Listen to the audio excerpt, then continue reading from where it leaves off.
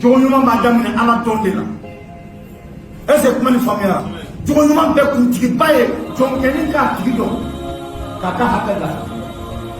O kuma i bɛ sɔrɔ ka segin ka na sisan minnu bɛ o dugu ma. An kɔni bɛ an seko kɛ. An b'a dɔn a ka gɛlɛn a labɛnni man di. Kisa tɛ, kɔlɔnkɔnɔ kɛlɛ tɛ, jinɛ kungo tigɛli tɛ.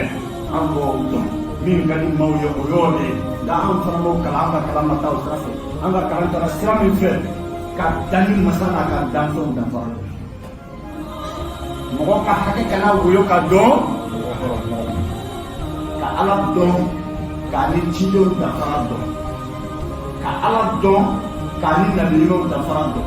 Ala ka bon, cidenw ka bon, nabiɲumanw ka bon, bangebaa fila ka bon, karamɔgɔ ka bon, patron ka bon, sijɛ bɛ maa min na o ka bon, ainsi de suite. Nin bɛɛ ye fɛnbaw ye nka o bonya cogo tɛ u ka hakɛ fana tɛ an ka kalan taasira ye. A bɛɛ ka hakɛ ta bɛ fɔ min ma ko problème tɛ nin. Ni ɲagamina nin na dɔrɔn i bɛ problème hali an ka diɲɛlatigɛ la. I mana ɲagami hakɛ t'u ka hakɛ la dɔrɔn min ni min ka kan dɔrɔn n'i b'o dɔn nin ta ye ɲɛ k'o dɔn ka dɔrɔn i bɛ problème kɛ i bɛ kɛlɛ ci.